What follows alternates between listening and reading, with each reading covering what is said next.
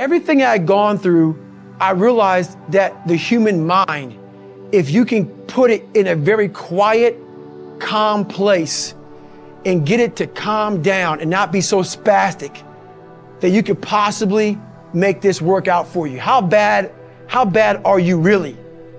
So I calmed myself down and I had to make this enormous thing small. I had 30 more miles to run and my body was in the worst shape in my entire life, the worst pain I ever felt in my life. So I broke this 30 miles thing down. I broke it down to small chunks. I calmed my mind down. I had to get water, had to get potassium, had to get sodium. I had to stop being so dizzy because I had to be able to stand up. So my dizziness went away after about an hour. I was able to stand up now. And I was going around this track at like 30-some minute mile. And I'll never get my crew person saying, hey, I got to mile 81. They said, you're not gonna make the time. I had 24 hours and I was going so slow, taking so much time. This is when I realized that the human mind, once everything gets connected, once the mind knows you're not gonna quit something, it's gonna try to find more. It's gonna try to give you more. Once it realizes you're not gonna take the path of least resistance, you're gonna stay here until it's done. My mind and my body and my spirit became one for the first time ever. For the first time ever, it became one. And I went to a level that I never thought was humanly possible for myself or anybody else. In that shape that I was in, I was able to run 19 miles. And I ran 19 miles, did 100 miles, actually did one more mile. I did 101 miles in 18 hours and 56 minutes. I'd overcome so many obstacles in my life, and this was the final crucible for me. And I got through it. And at the end of this race was such clarity to me. And it was just the most amazing thing I ever do in my life. I was at the very edge of my capability and wasn't sure that I could take one more step.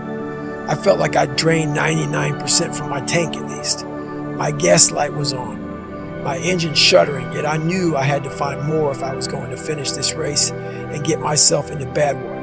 But how do you push yourself when pain is all you feel with every step? When agony is the feedback loop that permeates each cell in your body, begging you to stop. That's tricky because the threshold for suffering is different for everybody. What's universal is the impulse to succumb, to feel like you've given everything you can and that you are justified in leaving a job undone. By now, I'm sure you can tell that it doesn't take much for me to become obsessed. Some criticize my level of passion, but I'm not down with the prevailing mentalities that tend to dominate American society these days. The ones that tell us to go with the flow or invite us to learn how to get more with less effort. Fuck that shortcut bullshit.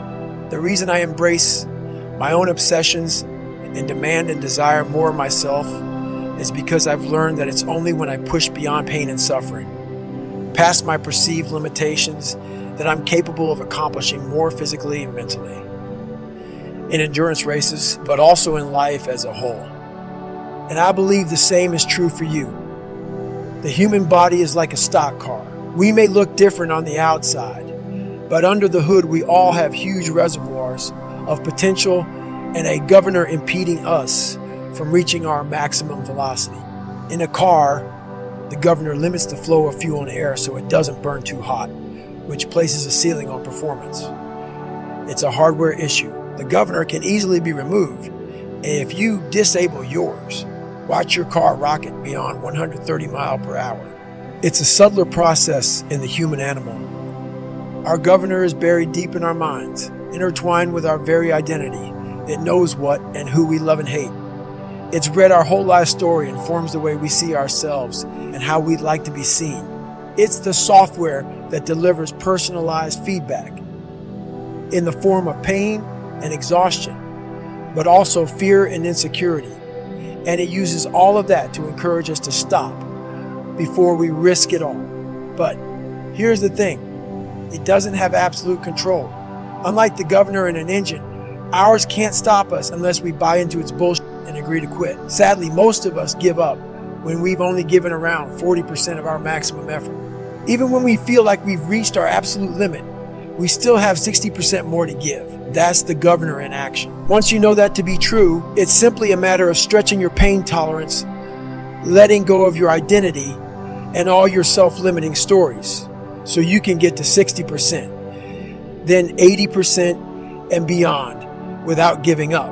I call this the 40% rule. And the reason it's so powerful is that if you follow it, you will unlock your mind to new levels of performance and excellence in sports and in life. And your rewards will run far deeper than mere material success. The 40% rule can be applied to everything we do, because in life, almost nothing will turn out exactly as we hope.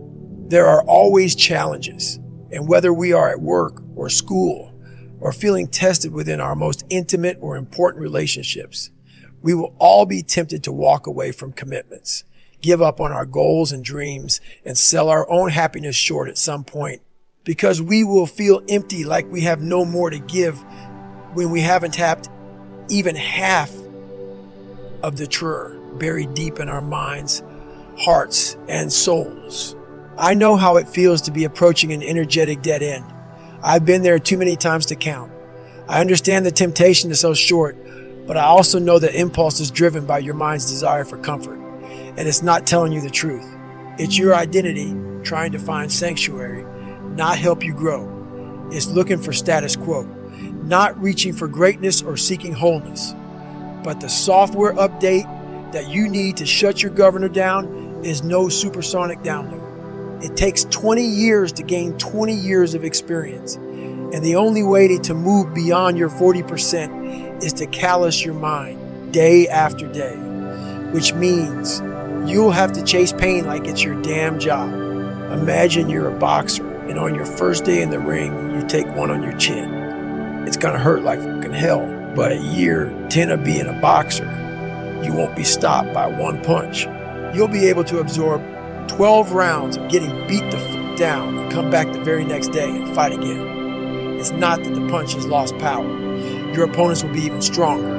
The change has happened within your brain. You've calloused your mind. Over a period of time, your tolerance for mental and physical suffering will have expanded because your software will have learned that you can take a hell of a lot more than one punch. And if you stay with any task that is trying to beat you down, you will reap rewards. Not a fighter. Say you like to run, but have a broken pinky toe. I'll bet if you continue running on it, pretty soon you'll be able to run on broken legs. Sounds impossible, right? I know it's true, because I've run on broken legs. And that knowledge helped me endure all manner of agonies on the ultra circuit, which has revealed a clear spring of self-confidence that I drink from whenever my tank is dry. But nobody taps their reserves 60% right away or all at once. The first step is to remember that your initial blast of pain and fatigue is your governor talking. Once you do that, you are in control of the dialogue in your mind, and you can remind yourself that you are not as drained as you think, that you haven't given it your all, not even close. Buying into that will keep you in the fight, and that's worth an extra 5%. Of course, that's easier listened than done. It wasn't easy to begin the fourth lap of the Hurt 100 because I knew how much it would hurt. And when you are feeling dead and buried, dehydrated, wrung out, and torn the fuck up at 40%, finding that extra 60% feels impossible. I didn't want my suffering to continue. Nobody does. That's why the line fatigue makes cowards of us all is true as shit. Mind you, I didn't know anything about the 40% rule that day. The Hurt 100 is when I first started to contemplate it, but I had hit the wall many times before, and I had learned to stay present and open-minded enough to recalibrate my goals, even at my lowest. I knew that staying in the fight is always the hardest and most rewarding first step. Of course, it's easy to be open-minded when you leave yoga class and are taking a stroll by the beach, but when you're suffering, keeping an open mind is hard work. The same is true if you are facing a daunting challenge on the job or at school. Maybe you are tackling a 100-question test and know that you bricked the first 50. At that point, it's extremely difficult to maintain the necessary discipline to force yourself to keep taking the test seriously. It's also imperative that you find it, because in every failure, there is something to be gained, even if it's only practice for the next test you'll have to take, because that next test is coming. That's a guarantee. The 1 second decision is, I had to live through that 1 second decision several times during this race. So this race took me 100 and some hours, okay? And this is what people don't get. For you to finish that race, even though I DNF'd, I still finished in the time. So there's a lot of pride in that. So what I do in that 1 second, because we all think about quitting, it's hard. But what you have to do in that 1 second is hard to process information during pain, because that pain takes over and you can't think rationally. You're thinking about fight or flight, save yourself. That's not a rational thought. It's not a thought that's going to get you through hard times. Most people fail that 1 second. So what happens, what I do in that 1 second, and there's a bigger process to all this, but in that 1 second, I physically stayed in that water. Because if I get out of the water, I quit. So I physically stay in the water, but mentally, I'm on the beach with the instructors. And the instructors, it's cold outside, so they got these parkas on, they got their cup of Joe, and they're warm because they've already been through it. So now it's your turn to go through it. So mentally, I get back with them. I'm still in the water physically, but mentally, I'm back with them. I'm chilling. I got my parka on, and now I'm thinking logically because I'm warm now. Mentally, I'm warm. I've taken that 1 second. Let's not quit yet, Goggins. Let's think about your options. Where are you going to end up if you quit this? Where are you going to go? What are you going to say to yourself? Because you know you're going to get warm. The second you get out of this water, you could take a shower and you could be warm. And in 5 days, you could be out. So I start thinking logically. I calm my brain down because your brain just wants to get the f- out. Ring the bell, put your helmet down, get warm, and then you're really f***ed. And these are the things you have to think about in the 1 second decision. So that's what that's all about. It's about gaining control of your mind, putting things back in the proper perspective, and then saying, I really do want to be here. And I'm going to have a bunch of these 1 seconds through this 130-hour journey. And I have to learn to control these, because if I fail one of these 1 seconds, I will not be a SEAL. I will not be a doctor. I will not be a lawyer. I will not be whatever the f- it is.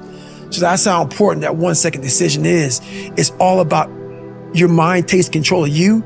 You have to say, F- you, I run this. And that's what that's all about. We must create a system that constantly reminds us who the f- we are when we are at our best, because life is not going to pick us up when we fall. There will be forks in the road, knives in your fucking back, mountains to climb, and we are only capable of living up to the image we create for ourselves. Prepare yourself. We know life can be hard, and yet we feel sorry for ourselves when it isn't fair. From this point forward, accept the following as Goggins' laws of nature. You will be made fun of. You will feel insecure. You may not be the best all the time. You may be the only black, white, Asian, Latino, female, male, gay, lesbian. There will be times when you feel alone. Get over it. Our minds are fucking strong. They are our most powerful weapon, but we have stopped using it. We have access to so many more resources today than ever before, and yet we are so much less capable than those who came before us. If you want to be one of the few to defy those trends in our ever-softening society, you will have to be willing to go to war with yourself and create a whole new identity, which requires an open mind. It's funny, being open-minded is often tagged as new age or soft. F that. Being open-minded enough to find a way is old school. It's what knuckle draggers do. And that's exactly what I did. Failure is just a word. For me, failure was me having more information on how to succeed. That's all failure became to me. So I failed so much. Pull-up records, running events, had to quit this, buds, brain just all this crap I had to go back through. All that was, oh, I failed because of these reasons here. Go back to the drawing board, figure out the right equation, put it together, go back, fail again. Oh, but I got more information. So everything I was afraid of, I made sure to meet it right in the face and overcome it.